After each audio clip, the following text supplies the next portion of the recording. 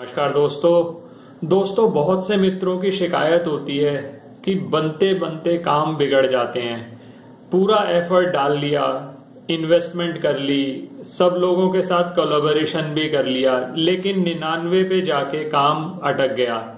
विदेश जाना चाहते थे, विदेश के लिए सारे फॉर्म भर दिए, सारी फॉर्मेलिटीज कर दी, लेकिन आखिरी मोमेंट पर कोई ऐसी दिक्कत आ गई कि आपका काम नहीं बना।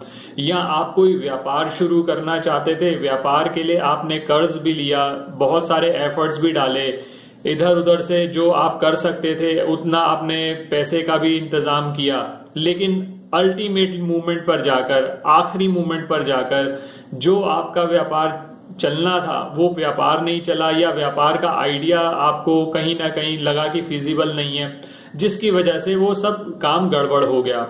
तो अगर आपके साथ भी ऐसी शिकायत है कि आपके बनते बनते काम बिगड़ जाते हैं, विवाह का तय किया था, विवाह जिसके साथ होना था, आखिरी मोमेंट पर जाकर कोई ऐसी बात पता चली या कोई ऐसा प्रॉब्लम आ गया कि वो विवाह भी अब संभव नहीं हो पा रहा, यानी कहीं ना कहीं आखिरी मोमेंट पर जाकर आपके काम अटक जाते हैं। आप अपनी तरफ से पूरा एफर्ट डाल रहे हैं, लेकिन वो काम कहीं ना कहीं रुक जाते हैं।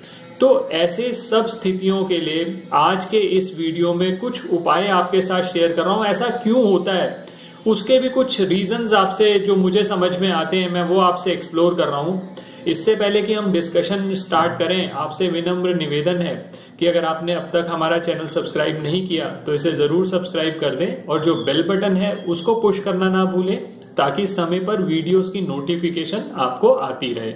ये जो आपके काम बनते बनते बिगड़ जाते हैं, उनको ज्योतिषीय आधार पर देखा जाए तो उसकी 4 कैटेगरीज हो सकती हैं। उन 4 कैटेगरीज पे आपसे बात करना चाहूंगा। सबसे पहला कारण तो हो सकता है जो भी आप काम करते हैं उसमें कहीं ना कहीं रुकावट आ जाती है, तो कुंडली में कहीं ना कहीं आपका राहु खराब है। अब राहु अगर खराब है तो सबसे अच्छा तरीका तो ये है कि आप अपनी कुंडली के हिसाब से परामर्श लेकर राहु के स्पेसिफिक उपाय करें। लेकिन आज इस वीडियो में एक उपाय जो कि बहुत इफेक्टिव है, लाल किताब में कहा जाता है कि राहु के लिए केतु के उपाय किए जाते हैं और केतु के लिए राहु के उपाय किए जाते हैं। तो राहु के लिए एक जो बार बार रुकावटें आ जाती हैं, आपको समझ नहीं आता कि आपका काम क्यों नहीं बन पा रहा, तो उसके लिए सबसे अच्छा उपाय है आप गणेश जी की पूजा आरंभ करें, और कम से कम जिस समय पर आपने कोई इंपॉर्टेंट काम के लिए जाना है या आपका कोई इंपॉर्टेंट असाइनमेंट है, जब उसके लिए कोई भी नेगोशिएशन शुरू करें, जब भी कार्य शुरू करें, तो सबसे पहले गणेश जी को नमन करें। गणेश जी विघ्नहर्ता हैं, उनको प्रसन्न करने के लिए 2 चीजों का उपयोग जरूर करें, एक तो दुर्वा और दूसरा शमी के पत्ते। जब भी कोई इंपॉर्टेंट काम आपका हो, गणेश जी को प्रार्थना करके जाएं, क्योंकि गणेश जी अगर प्रसन्न हो गए, वो विघ्न हरता है, तो जितने भी विघ्न आएंगे उनको सबको हर लेंगे। केतु के आराध्य देव गणेश जी माने जाते हैं, तो आप गणेश जी की पूजा जरूर करें और उसके साथ उन्हें मोदक का भोग लगाना ना भूलें। तो सबसे पहला काम तो ये कर लीजिए। और दूसरा, जो राहु की वजह से आपको प्रॉब्लम्स आ जाती हैं, आपके काम अटक जाते हैं, राहु के उपाय अगर आप ज्योतिषीय परामर्श लेने के बाद करेंगे तो बहुत अच्छा है ही है। बाकी हमारे बहुत सारे वीडियोस हैं जिसमें हमने कुछ उपाय शेयर भी किए हैं जो कि हर कोई कर सकता है, लेकिन इस वीडियो में एक चीज आपको सजेस्ट करना चाहूंगा। सबसे पहला ये ध्यान रखिए, आपके घर में कहीं बंद घड़ियां, खोटे सिक्के या खराब इलेक्ट्रॉनिक सामान तो नहीं है। अगर आपके घर में या ऑफिस में ऐसी कोई भी चीज है तो आप उसको सबसे पहले निकाल दीजिए, या तो उसको रिपेयर करा लें या उसको निकाल दें, क्योंकि जब तक वो पड़ा रहेगा वो नकारात्मक ऊर्जा को इकट्ठे किए रहेगा और आपको कहीं ना कहीं नुकसान देता रहेगा। ये तो हुई पहली बात, जहां पर जो सबसे बड़ा कारण है जो आकस्मिक रूप से आपके कार्यों में रुकावट आ जाती है। दूसरे कारण पे बात की जाए, वास्तु घर का बहुत ज्यादा जरूरी है कि आप ठीक रखें। घर का हो या ऑफिस का हो, और ऑफिस से अगर संबंधित काम है, फैक्ट्री से संबंधित काम है, तो आपको दो जगह देखना पड़ेगा, घर का और फैक्ट्री या ऑफिस का। अब वास्तु की बहुत सारी वीडियोस हमने अपने चैनल पे शेयर की हुई हैं, आप उनको तो देख ही सकते हैं। और सबसे अच्छा रास्ता ये रहता है कि आप वास्तु की कंसल्टेशन लेकर बिना तोड़े फोड़े जो आपको प्रॉब्लम्स आ रही हैं आप उनका निदान कर लें। लेकिन एक बहुत इंपॉर्टेंट चीज मैं आपको यहां पर पॉइंट आउट करना चाहूंगा। अगर साउथ ईस्ट में, आपके घर के साउथ ईस्ट कॉर्नर के अंदर, जिसको आग्नेय कोण भी कहा जाता है, अगर वाटर का आपने कोई सोर्स रखा हुआ है, वहां टॉयलेट बनाया हुआ है, बाथरूम बनाया हुआ है, तो कहीं ना कहीं आपका वास्तु खराब होता है, क्योंकि आग्नेय कोण में आपने पानी का सोर्स रख दिया। अब ऐसी स्थिति में दो उपाय आपके साथ शेयर कर रहा हूं, जो दो उपाय आप कर सकते हैं। सबसे पहला तो आप ये उपाय कर सकते हैं कि एक जलती हुई मोमबत्ती का या जलते हुए बल्ब का चित्र अपने बाथरूम या टॉयलेट के जो डोर है उस पे लगा लें। दूसरा, आप ये देखें, आपके घर की मेन एंट्रेंस पर एक स्वास्तिक का निशान बाहर की तरफ जरूर लगा हुआ होना चाहिए। उससे ये होगा कि जो भी ऊर्जा आपके घर में आएगी, जो भी नकारात्मक ऊर्जा आएगी, उसको वो पहले ही फिल्टर कर देगा और सकारात्मक ऊर्जा आपके मेन डोर से आएगी। इसके अलावा मैंने मुख्य दरवाजे के कुछ और उपाय भी शेयर किए हुए हैं अपने अलग वीडियोस में, आप वो वीडियोस भी जरूर देखें, ताकि आपका कोई भी इंपॉर्टेंट वीडियो मिस ना हो, आप कोई भी चीज मिस ना करें। मुख्य दरवाजे पर आप इवन दहलीज पर आप चांदी का पत्रा और नियमित रूप से उस पे जल और दूध से अगर उसको धोते रहेंगे तो राहु संबंधित समस्याएं जो आ रही हैं उससे भी आपको निजात मिलती रहेगी। तो ये दो चीजें तो आपकी यहां पर हो गई। तीसरी चीज, मुहूर्त का ना देखना। जब भी आप कोई बहुत इंपॉर्टेंट काम करने जा रहे हैं तो अब आप अफोर्ड नहीं कर सकते कि वो काम ना हो। अब मुहूर्त कैसे देखा जा सकता है? आज की डेट में बहुत सारे ऐप्स हैं, बहुत सारी वेबसाइट्स हैं जिन पर फ्री के अंदर आप ये देख सकते हैं कौन सा मुहूर्त ठीक रहेगा किस कार्य के लिए। और दूसरी बात, इसमें राहु काल वो जरूर अवॉइड करिए कि राहु काल में वो कार्य ना करें।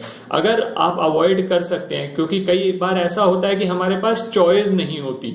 अगर चॉइस नहीं है तो फिर तो उस केस के अंदर कुछ नहीं हो सकता। बेटर रहेगा ऐसे केसेस के लिए स्पेसिफिक कंसल्टेशन लिया जाए, चाहे वो न्यूमरोलॉजी के हिसाब से हो, चाहे वो लाल किताब के हिसाब से हो। तो उसके अंदर आपको ये सजेस्ट किया जा सकता है आप किस समय पर सही, क्योंकि आपके लिए स्टेक बहुत बड़ा है, आप शॉर्टकट में मत जाइए। क्योंकि क्या होता है कि जब इतना बड़ा स्टेक है, आपके लिए कोई बहुत बड़ा काम है जिसकी इंपॉर्टेंस इतनी ज्यादा है, रोज के में वहम मत रखिए। कई लोग क्या होता है कि रोज के कामों में भी बहुत वहम करने लग जाते हैं कि हर चीज के लिए मुहूर्त देखेंगे, वो फिर संभव नहीं हो पाता, वहां मुश्किल हो जाती है। लेकिन जो बहुत इंपॉर्टेंट काम है कम से कम उसके लिए मुहूर्त देख लेना, राहु काल को अवॉइड कर लेना। उससे भी आप देखेंगे कि आपके 50% काम तो उसी चीज से बनने लगे। तो ये तीसरी चीज जो इंपॉर्टेंट बात आपको ध्यान रखनी है कि मुहूर्त का ध्यान जरूर रखिए। चौथी चीज, चंद्रमा का कहीं ना कहीं खराब होना।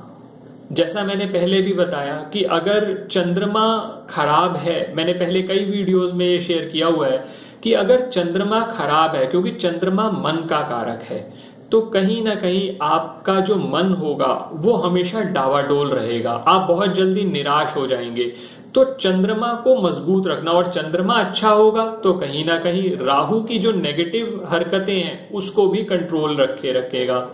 तो इसके लिए चंद्रमा को अच्छा करने के लिए एक उपाय आपके साथ शेयर कर रहा हूं। 400 ग्राम चावल ले लें, 400 ग्राम दूध ले लें, उसको 4 दिन लगातार जल प्रवाह करें। और खासकर आप ये उस समय रेमेडी कर सकते हैं जिस समय पर आपके लिए कोई बहुत इंपॉर्टेंट काम है।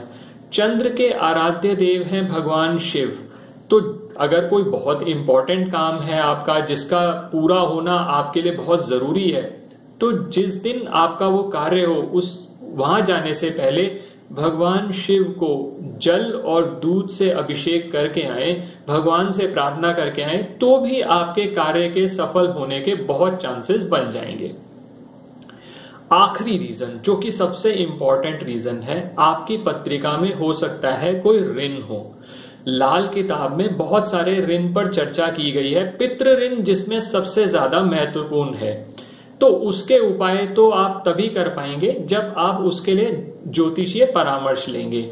लेकिन कुछ ऐसी चीजें हैं जो, क्योंकि हमारे साथ बहुत लोग इन्वॉल्व हैं, तो उनके बेनिफिट के लिए मैं ये कुछ चीजें सजेस्ट करना चाहूंगा। आप ये चीजों को अपने नियमित क्रम में, अपना जो रेगुलर रूटीन है उसके अंदर आप शामिल कर लें।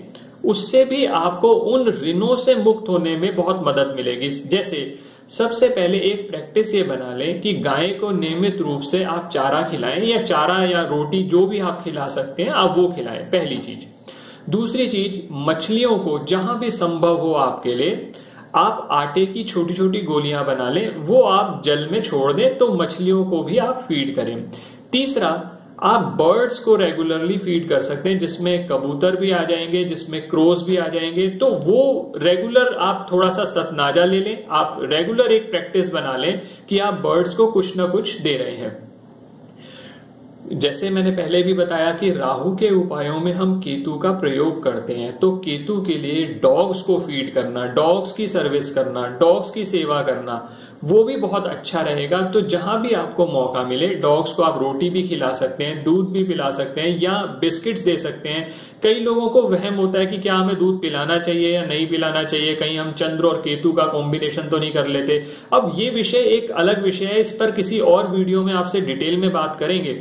फिलहाल आप ये तो कर ही सकते हैं कि आप डॉग्स को रोटी खिला सकते हैं, बिस्किट्स खिला सकते हैं नियमित रूप से, उसमें कोई भी परेशानी वाली बात नहीं है, आपका कहीं भी कोई नुकसान नहीं होगा। तो दोस्तों, कुछ पॉइंट्स मैंने आपको बताए, आप ये जब पॉइंट्स रखेंगे अपने दिमाग में। और एक और चीज जो कि बहुत इंपॉर्टेंट है, आप ये कर सकते हैं, जब भी आप बहुत इंपॉर्टेंट कार्य के लिए जा रहे हैं तो घर से निकलते हुए थोड़ा सा मीठा मुंह में डालकर पानी पीकर जाएं। तो इससे भी मंगल और चंद्र की मदद आपको मिलेगी, तो उससे आपका जो काम बनना होगा वो भी बनने के चांसेस बढ़ जाएंगे। बाकी सबसे अच्छा रहता है कि जब कोई इंपॉर्टेंट असाइनमेंट है, जब कोई आपको काम करना है, तो उसके लिए ज्योतिषीय परामर्श ले लिया जाए, क्योंकि आप अफोर्ड नहीं कर सकते कि बार बार आपका वो लॉस हो। तो उससे कई चीजें आपकी कवर हो जाती हैं। आशा करता हूं आपको ये वीडियो पसंद आया होगा। अगर ये वीडियो पसंद आया है तो लाइक करें, बाकी लोगों के साथ भी शेयर करें, और चैनल भी सब्सक्राइब कर दें अगर अब तक सब्सक्राइब नहीं किया। धन्यवाद दोस्तों।